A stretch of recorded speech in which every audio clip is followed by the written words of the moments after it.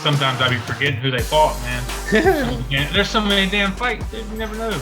I forget sometimes, man. Dude, there's 13 fights on this card, and there's like a bunch of them have been pulled. after having a bunch of them pulled, there's 13 fights. Yeah, I know, it was crazy. I was looking at how many fights they got pulled, man. There were some good ones too. I didn't even realize it. Yeah. All right, yeah. I'm good, man. I think I'm ready. Never really fully ready, but we'll see. Damn, I didn't know Kevin Gastelum was supposed to be on this card. I didn't know that either, man. They announced the fights so far in advance that I just don't even pay attention until like a week or two beforehand. Yeah, I know, because it's like you said, there's 13 fights on this card. Most of them were pulled. And then how many events do they do? And you got at least one pay-per-view each month. So that's 12 events. And then plus all the damn fight nights, man. I lose track of all of them. I love the fight nights. They're a little easier to gamble on. I mean, we've missed 8 pay-per-views. I think the last show that we did was UFC 265. So yeah, we're coming back with a fury. I mean, we have some shit to take care of first. So that's what, you know. You glad to be back? Dude, I love it, man. I love being back in front of this, talking UFC. Got the Masters going today. Had my Tar Heels playing the national championship, even though they fucking lost. It's okay. Oh, dude, I thought they were going to come back and win. Well, not come back, but I thought they were going to win. I was going to be so mad. Dude, I thought when he stepped out of bounds, I was like, oh my God, are you kidding me? This is perfect. Well, I had Kansas -4. I was absolutely furious because they were going to cover because they were going to foul him. Yeah, I had Carolina getting 4, so I was so dude, one of the worst fucking beats of national championship history, I'm sure. I don't know. I haven't really been gambling long enough to know about all of national championship history, but that was brutal. That was brutal. No, it was miserable, man. But we got Tiger Woods out here doing all right on day one. He's even par right now. He had a birdie there on I think the 6th, and then he dropped back a shot on a par 5 on the 8th, which was not a great look. But you want to talk a little bit of UFC now, man? I am the newly minted Dr. Jonathan Lopez now, so I'm even more smarter than I was than you before, because I did beat you last year in our picks by man, I'll have to look back at my notes here. I can't yeah, it looks like last year you were 28 and 24, and I was 30 and 22. So how does that feel? Yeah, so it was a down year. Let's put it that way. We didn't finish it all the way through, so I won't consider it a complete win for you. I'm going to put a little asterisk for the first year, but I am still going to give you the whiskey, like I promised. Thank you. And I've already got a graduation box for you too, Dr. Jonathan Lopez. How generous of you, man. I really do. Do I need to call you Dr. Lopez now during this? Is that a thing? Is that what I'm going to have to do? I prefer Dr. John. It's a little bit less formal. What about Dr. Jackass? Does that work too? Oh man, wow, that's a very hostile, coming out hot in the new and refreshed right hand, left hand. But that's all right, man. I'll still wax you this year too. I mean, you basically just considered a lockout shortened season last year. But we got UFC 273 coming up on Saturday. We got 13 fights on the card. We're gonna pick 7 of them. Do our usual little thing like we used to. We've each got a prelim that we like picked out to talk about a little bit, and then we'll run down the main card. Some of those will be a little easier to pick than others, especially those the co-main and the main event. But we got 3 title fights: Gilbert Burns and Khamzat Chimaev at welterweight. We got Aljamain Sterling and Petr Yan at bantamweight, and then featherweight, Korean Zombie and Alexander Volkanovski. So good fights on the card. You want to go ahead and tell me which prelim you picked, Josh? Yeah, so I kind of went biased here. You know, I went with a friend of the show, old Jared Vanderaa versus Alexio Olenek. That's okay. It's going to be I think it's the early prelims, if I'm not mistaken. I believe so. And then I've got the line here for you too with Jared Vanderaa -115. So it's pretty much a pick 'em. They're both 115, -115. You know, I'm going strictly with Jared here.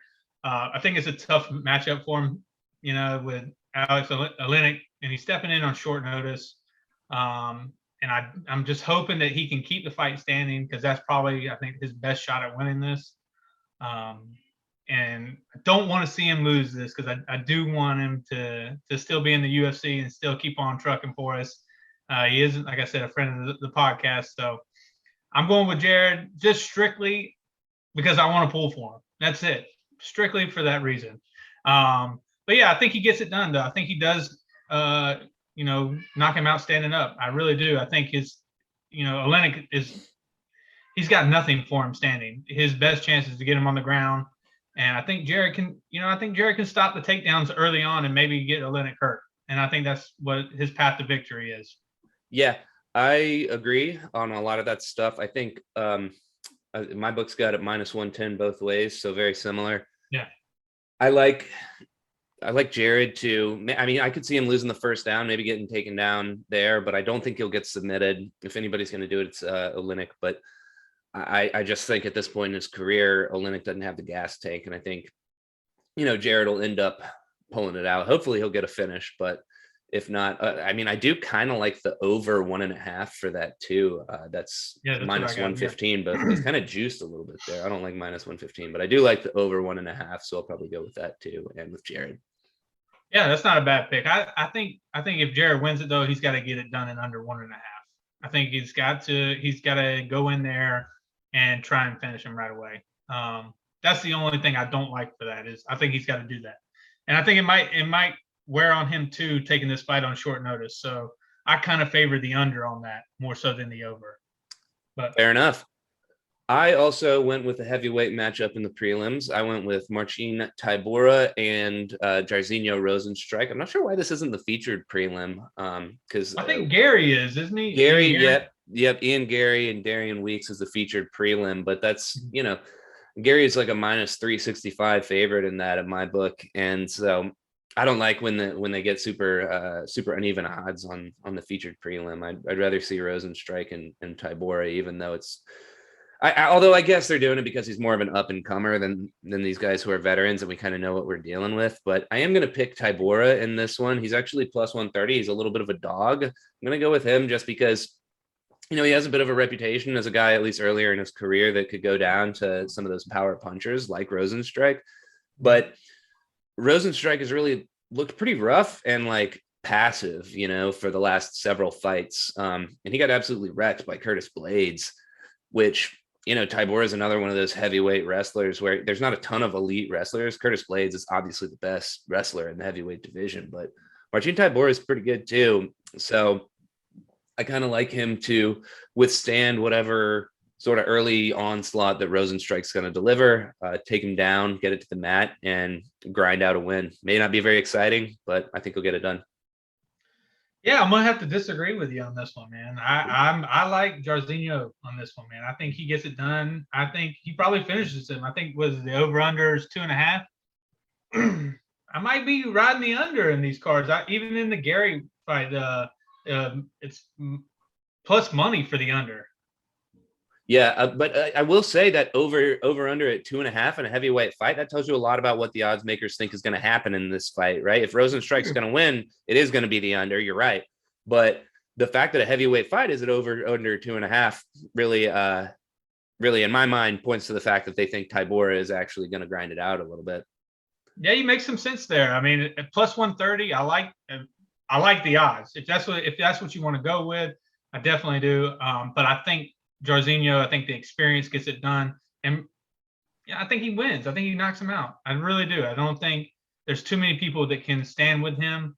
I think Curtis Blades is a phenomenal wrestler and well above Tybura in the wrestling department. He's more of the Brazilian type of wrestling where they do more trips and getting in closer to you, as more of the standard traditional wrestling that Curtis Blades will use, where he can, shoot from a distance and kind of set it up a little bit better and not have to get in so close with Rozenstruik. So, I like Rozenstruik in this, and I think he gets it done in under 2 rounds, 2.5.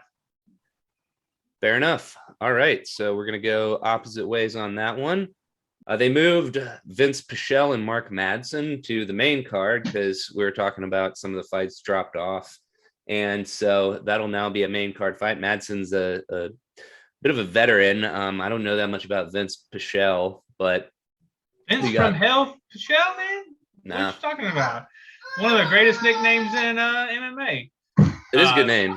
Yeah, he's gonna do his thing. I think he actually Mark Madsen is more of a wrestler. Pichel, I think he's gonna get it done standing. To over under. He might be a decision on this one. I like the Pichel in this fight. Yeah, I mean, a lot of what I was hearing was that Pichel might even lose the first round, but that he's one of these guys that kind of gets stronger as the fight goes on. So I ended up picking him as well. You might even consider in a matchup like this live betting Pichel at some point, during or after the first round. We got one more fight on the card before we get into those title fights with Tecia Torres and Mackenzie Dern, and this is, at least for Dern, not necessarily for Torres, but for Dern. I mean, it's a title eliminator for her. I think if she gets the win here, she could definitely get the next title weight in the women's strawweight division. Dern's a excellent grappler, great jiu-jitsu player. Torres more of a stand-up game. She's got to keep it standing if she wants a chance at this. Right now, it's looking like pretty similar odds, about -110 both ways. Little bit favoring Dern. I think I got -113 here versus -107, but functionally the same thing, right? So I am going to go ahead and go with Dern here. I think she's got all the momentum. Torres has looked pretty good too in the last couple of fights that I've seen. But yeah, I really like Dern to get it to the mat and hopefully get a finish. I love a submission in a ladies fight, but yeah, I got Dern there. Oh, God, I cannot pick against my girl, Mackenzie Dern, man. I love her, man. I think she gets it done. She's one of my favorites in that division. I think she gets it done by submission. I think it's pretty easily. I think she gets it done for probably first round armbar, something triangle. Something. Oh wow, first round. Yeah, I don't think this lasts very long. I like Tecia Torres, but I just think Mackenzie Dern, if she gets this fight to the ground, she's just on a different level. All right, title fight time. Who you got in Burns Chimaev? Is this 5 rounds? They're doing 5 rounds for this fight? It has to be. It's a title fight. I don't think it matters. Title fight? What title? Oh, no, you're right. Sorry. I don't know why I was calling that a title fight. I don't know then. It'd be interesting to see is this 5 rounds or not. Yeah, I don't know, but Gilbert Burns is getting totally disrespected. We talked about this a little bit earlier before we hopped on. Burns is +400. Khamzat's -600, which I find to be a little bit ridiculous. And it's because of the style matchup, right? Because Chimaev is so big and powerful as a wrestler. But, that's pretty much what Burns was up against with Kamaru Usman as well. And he rocked him. And, I had Usman in that fight. I was scared for a second there that Burns was going to come. So, for me, Burns is really the only bet to make here. And I'm actually going to pick him here on the show too. Oh, wow. I didn't think you'd pick him on the show, but yeah, I agree with you on the Burns pick for betting wise. Makes no sense to bet on Chimaev on any of this, other than the under is 1.5 plus 100 for Chimaev to win under 1.5. That's not too bad, but -600. What's the point? I think Burns is getting completely disrespected. I think I actually picked Burns to beat Usman, if I'm not mistaken in that. I think you did. And I love Gilbert Burns. I would love to see nothing more than him pull off some crazy submission, but it's not going to happen. Chimaev is going to win this fight standing. He's going to win this fight wrestling. He's going to win this fight anywhere he wants it. I haven't seen. He's been hit 8 times total in all his UFC fights. If Burns is able to get it done, I don't think it's a submission. I think it's actually a knockout on the feet. I think he. You think so? Yeah, I think he has to keep his distance and pick his chances, and then if he can get inside of Chimaev and light him up once or twice and take advantage of that, get him off balance. I think that's the way it's going to have to be for him to win.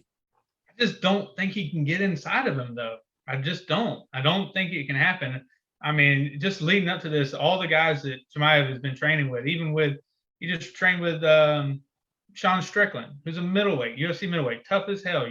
Sean Strickland. And I listened to the interview he gave with the Schmo.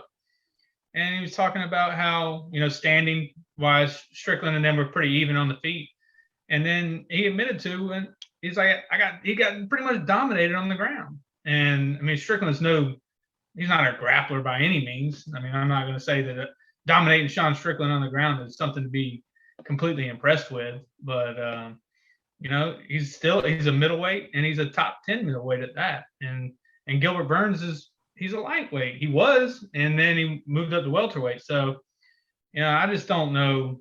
I don't know how Gilbert Burns can do it. I think the best chance is if he does catch him in a submission, like a wrestling exchange, and they're on the ground. I think that's the only way. Maybe he catches him with a knockout, maybe, but I don't see that. I think the submission is more realistic. But I'm still picking Chimaev to win this, and I think he's going to win by smash. All right, well, we're going split skis there too.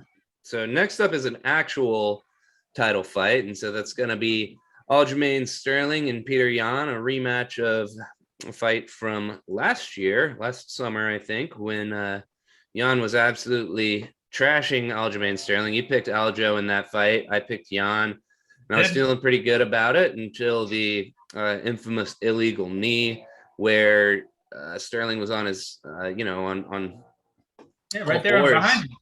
That's right. Sterling was on all fours, and Petr Yan just teed off on him right in the head in a totally, totally illegal move, and Aljo won the belt by forfeit. Yeah, DQ or whatever. Yeah. I'm not picking Aljo this time. I don't care who's in Petr Yan's corner. I'm picking Petr Yan. He's minus 470. He should be a bigger favorite, to be honest with you. Yeah, he should be minus 600. Yeah, Yan is going to absolutely wax him. He's going to tear him apart on the feet. That's pretty much all there is to say about it. Yeah, and the over under is 4.5. Yeah, under all day long. He's going to finish him before that. Can you hear the yard work people doing, like the landscaping people doing leaf blowing outside my place? I can't hear nothing, but did you hear the weights getting dropped over here? Yeah, no, you're definitely in a noisy setting over there with the zoo you're running over there with those kids. Listen, I got 2 kids and my wife. So we're a loud house. It's a madhouse, man. Yeah. And then you add me into it, so I'm even louder than everybody. All right, main event: Korean Zombie Alexander Volkanovski. Volk is minus 800, Zombie's plus 500. This is another one that it's sort of anticlimactic here as we get to the co-main and the main event, because there's just not all that much to talk about. I mean, I'm looking for Volkanovski to just be way too quick, way too technical. Zombie just is a guy who, wades forward, and that's why he's the Korean Zombie, right? He wades forward, he gets the counter punches. He's just impossible to put down, but Volkanovski's not going to have to put him down, right? Yeah. I mean, it's going to be a fun fight. Let's be honest. It'll be fun because he'll stand there and Zombie will take it. I mean, he will. And like you said, he's tough to finish. It's unless you're Yair Rodriguez and went to spinning elbow with 1 second left in the 5th round after y'all done beat the hell out of one another. That's pretty much that's the only way you're finishing them, But I think Volk, he's going to walk away with this one. I mean, it's funny how these, and I might be completely wrong on this, but most of the time when fights are predictable like this, they become unpredictable. Mm-hmm. And then the unexpected happens in all these fights. What could happen is if Zombie were to somehow get this fight to the ground, and then he's got, then all of a sudden it becomes a lot closer fight. But Volk is just so quick and so technical and so good, man. And if Ortega couldn't submit him with that oh God, what do you have him in? Whatever, the headlock he had him in, man. And that was deep. Yeah, I didn't even watch that fight. It was the day of it was like a college football Saturday, and I had Ortega. I picked him and bet on him, but I remember that actually. You did. Yeah, it was the day NC State beat Clemson, and I didn't even see that either. I was at the OU football game in Norman. I don't remember who they were playing, but I was, out carrying on and doing my thing and tailgating, drinking beers, playing flip cup, all that good stuff. Yeah, it's fun. All that good old fun college stuff we used to do. Oh, you still do it, so. When I can, man. When I Dr. can. John. That's right. When I can. Work comes first. But you got any big plans for watching the fight on Saturday? Yeah, but so my dad's actually coming into town. We're gonna chop up some firewood. I gotta get one of these branches fell on my house, so I gotta chop that up and burn it a little bit and get some fresh firewood out there. And that's about it, man. I'm gonna be chilling. Where is it taking place? The card. This one, I think it's in Jacksonville. I think it's in Jacksonville, Florida. That sounds right. Yeah, because we were actually looking into going because my wife has family down there, Mm-hmm. and we were looking to go down there and visit. All right. Well, it looks like Tiger Woods is still even par. He just got a shot back, got a birdie, and then immediately dropped back one on the next hole with a bogey. So, hopefully he can keep it tight for the rest of this first round, stay right around even, maybe get a little under and hang in there, and hopefully makes the cut. And we got a big sports weekend here with college basketball is over now. NBA playoffs haven't started yet. So this could turn into a pretty big weekend here with these 2 title fights that I, for whatever reason, thought was 3 and kept saying was 3. And the Masters. It's because it's Chimaev, man. He's such a big star. He's such somebody that everybody's talking about right now. I mean, he's everywhere. I mean, you got people just making posters for UFC 273 with just him on it. I'm excited to finally see him against somebody that's like top tier competition, just because, oh my God, people have been hyping him up and hyping him up and hyping him up. I've been one of them. Seen it. I know. I've been one of them. I've been saying it since day one. I think he's the best. I really do. I really believe that he's gonna go in there. I think he's gonna beat Burns. I think he's gonna get a title shot. I think he's better than Usman. And Usman has proved me wrong over and over again. I mean, I don't like the fight. I don't want him to fight Colby. By the way, Colby Covington was just here at Chris's Steakhouse last night, by the way. Did he get in a fight there? He seems to be getting in fights at steakhouses. No, he was not. But I was not there, but I was notified that he was at Chris's Steakhouse down the street from me last night. So if I would have told him that, hey, don't take that fight against Chimaev if you get it, man, don't do it. Listen, if you need me, don't do it. Man, I would love to see him get crushed by Chimaev. I think Chimaev is going to be your next 2-weight world champion, man. You heard it here first, even though somebody else has probably already said that. All right. Yeah, you're probably right about that, but I think he'll capture welterweight, middleweight. And the way he talks, he might go up to light heavyweight. Shit, who knows? Next week we got Bilal Muhammad and Vicente Luque. That's a pretty good fight night right there. Isn't I like that. That's gonna be a good one. I'm looking forward to that already. All right, so look for us next Friday, same time, same place, and we can break that down a little bit. All right, see you, brother. All right.